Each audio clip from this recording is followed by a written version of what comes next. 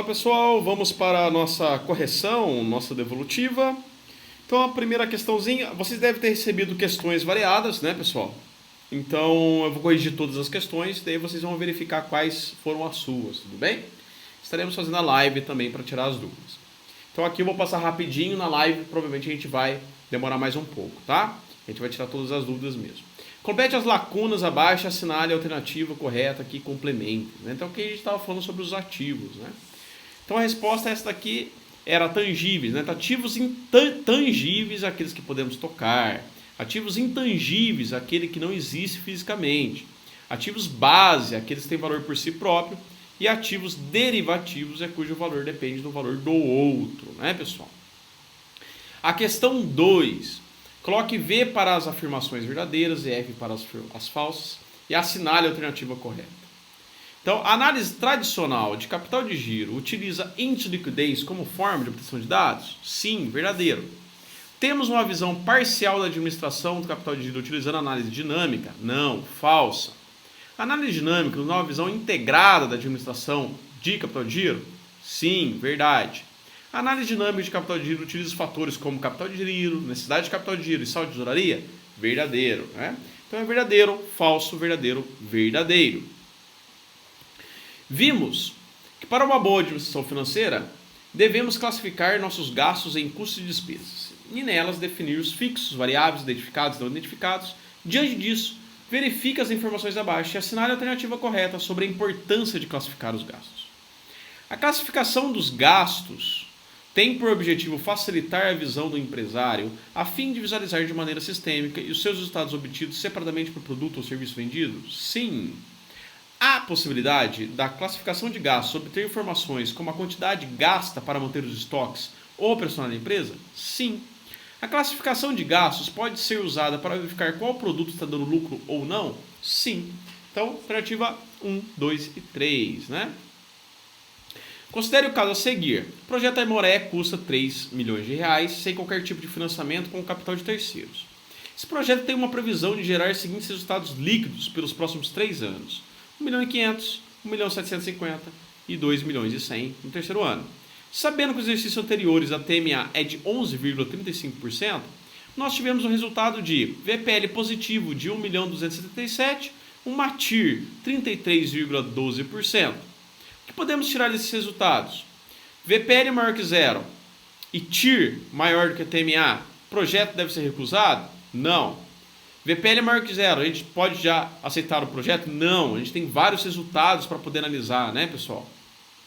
Somente a TIR maior do TMA, já podemos acertar o projeto? Não, né? Porque pode dar VPL negativo, pode dar várias outras coisas. Com VPL maior do que zero e TIR menor do que TMA, que já está errado, né? A TIR nossa é maior do que a TMA, né? Então a alternativa é, com VPL maior do que zero e TIR maior que a TMA, o projeto deve ser aceito, né? Se a TIR for menor do que a TMA, significa que o resultado já está dando negativo, né? Vamos analisar o projeto Lebron, onde houve um investimento de 200 mil reais em seu primeiro fluxo, obteve 60 mil, consequentemente 60 mil, 80, 80, 100 para um TMA de 10% em um período de corte de 2 anos. Né? Nós tivemos então como resultado VPL positivo de 80.970, uma TIR 23,41 maior do que a TMA e um PBD de 3,7%, nesse caso maior do que o PC, né? Então o que podemos tirar desses resultados? Com VPL maior do que zero, TIR maior do que TMA e PBD maior do que o PC, a gente deve rejeitar o projeto, porque esse PBD tinha que ser menor do que o PC. É o que conta aqui, é que está pedindo 2 anos e a gente está pagando em 3,7 anos, né, pessoal? A empresa Administração Limitada Microempresa, segundo os últimos relatórios e demonstrações emitidos no exercício atual, indica que a empresa não será capaz de cobrir os custos de operação. Tranquilo essa, hein, pessoal? Risco operacional, ou seja, ela não consegue operacionar a empresa, né? Custo de operação.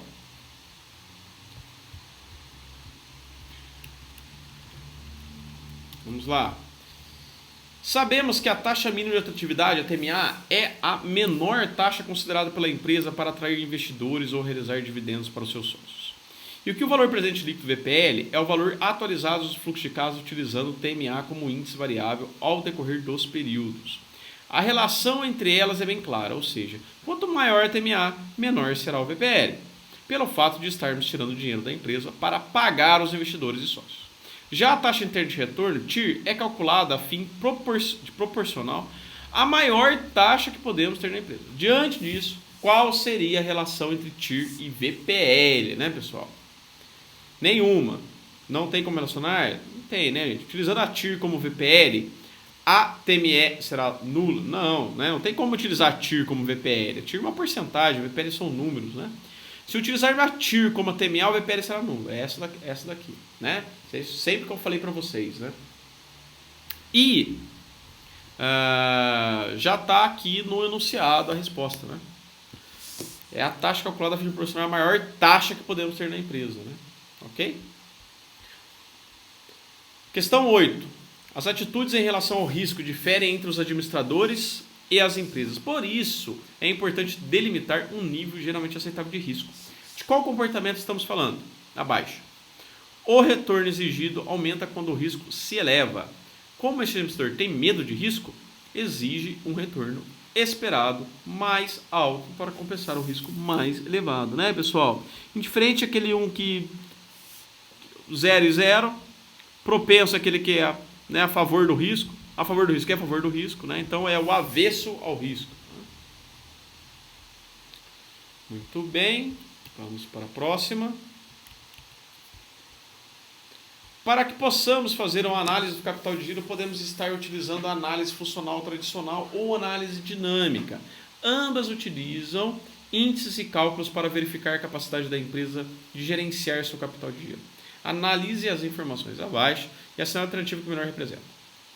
Utiliza-se índice de capital de giro, necessidade de capital de giro, saldo de tesouraria e ciclo financeiro. Essa análise é interessante pelo fato de obter melhores resultados a curto prazo. Dinâmica, né, pessoal? Essa. Utiliza índice de liquidez para verificar a capacidade da empresa, sanar as suas dívidas, sempre relacionando ativos com passivos. Análise de curto prazo. E longo, né? Por causa que se for fazer índice de liquidez geral. É a C, né, pessoal? Refere-se à análise dinâmica e a 2, análise tradicional. O capital de giro é de suma importância para a empresa, pois havendo ele, a empresa poderá contar com recursos para sua operação, sem precisar recorrer a capital de terceiros, para realizar a compra de um ativo ou pagamento de passivo, por exemplo. Quando há recorrer a esses capitais, dizemos que a empresa tem uma necessidade de capital de giro. Há outras maneiras de verificar a capacidade da empresa em consolidar o seu capital de giro, como saldo de tesouraria, ciclo financeiro, os índices de liquidez. E para um desses índices, necessitamos estar subtraindo ativos cíclicos de passivos cíclicos, a fim de entender se estamos necessitando a origem de recursos para sua aplicação. Qual é o conceito que a gente está falando? Nossa, pessoal, está aqui, né? A resposta está aqui, né? Certo?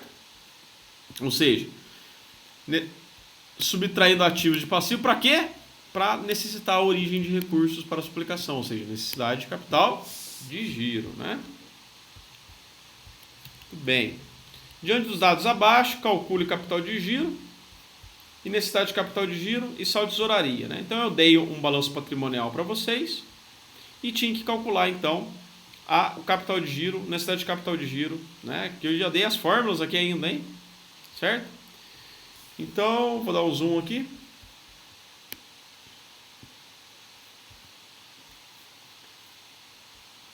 Então, do mês 1, ficou lá o pedido dos dois, pedidos 2. Ok, vamos lá. Mês 1, a gente teve 17.350 de ativo circulante, 8.300 do mês 2 de ativo circulante e capital de giro. Duplicados a receber mais estoque, 5.700 aqui, 4.500 aqui, né? Então, duplicados a receber mais estoque, né, pessoal? Estoque mais duplicatas a receber, né? Tá aqui. Passivo cíclico, fornecedor mais imposto, mais salário a pagar, né? De todo mundo, certo? Então, tá aqui. Salários a pagar, os impostos estão aqui, né? Os fornecedores. E a necessidade de capital de giro é um menos o outro, né? Então deu 750, né? O ativo cíclico menos o passivo cíclico, né? Deu 751.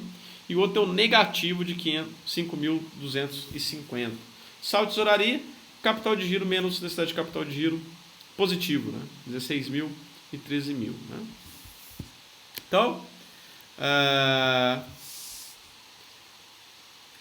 observa-se que no mês 1 há uma necessidade de capital de giro positivo, significando que a empresa necessita de capital de giro naquele período, ou seja, não há dinheiro para operacionalizar a empresa.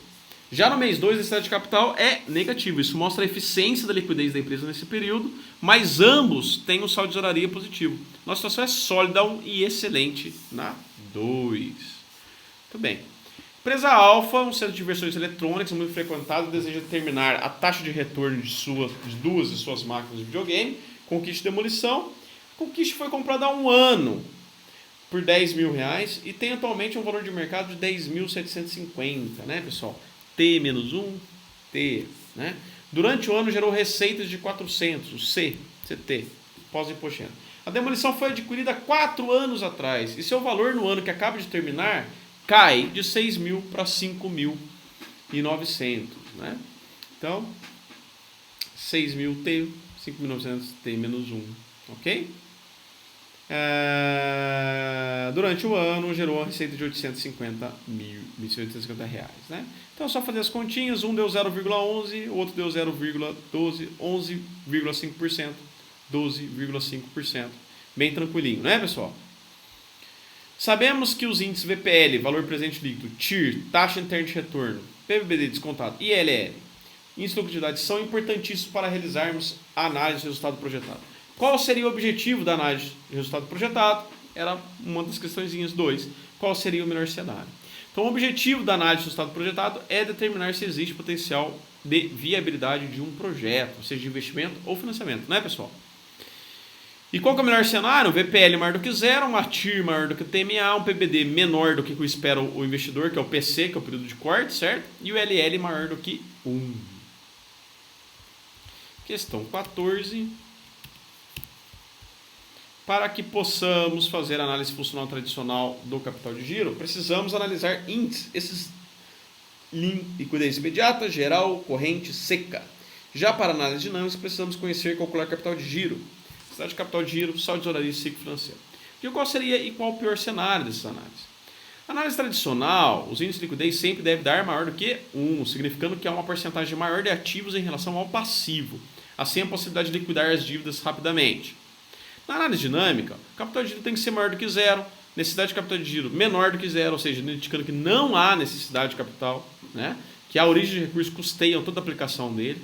Saldo de tesouraria maior do que zero, indicando que há mais capital de giro do que necessidade de capital de giro. E o ciclo financeiro, quanto menor o ciclo, mais confortável será a situação da empresa. Visando diminuí-lo, né? Ou seja, o ciclo financeiro, o empresário poderá definir estratégias para aumentar as vendas proporcionalmente mais do que a necessidade de capital de giro. Ou, por outro lado, diminuir, né, a necessidade de capital de giro proporcionalmente mais do que as vendas. Muito bem. Outra questão. Analise um projeto farmacêutico onde inicialmente arbitramos uma taxa de juros de 8% para um investimento de R$800 mil com fluxo de caixa subsequentes nesse ano 100, 200, 250, 220, 310. Tiveram um VPL de 35.205,78 e uma TIR de 9,44%. Calcule ILL, né, pessoal? Então, e o PBD. Pessoal, o ILL nada mais é do que a soma desses valores aqui, né? E você vai pegar o investimento dividido pela soma dos fluxos de caixa, que deu 1,4. Né? E o PBD, só fazer a amortização aqui, né? Então, eu já dei isso aqui para vocês, né? Então era só para amortizar. Achou os 4,8. Para achar esse 0,8, nada mais é do que esse dividido por esse, né? Então temos um PBD de 4,8%. Né, lá, 1,75 dividido por 210 vai dar 0,8, né? Mais o 4, que é o quarto ano aqui, tá? Temos ILL de 1,4, ou seja, a cada R$1 investido 4 centavos. Se o PC for maior do que 5, o projeto deve ser aceito. O ILL reflete a cada R$1 investido, o projeto retorna 1,4, né? Além desses índices, devemos avaliar se o VPL é positivo e se o TIR é maior do que a TMA. Muito bem. Analise o projeto farmacêutico, onde inicialmente temos o seu balanço patrimonial, um ativo circulante de 1.750.000, um passivo circulante de 589.900.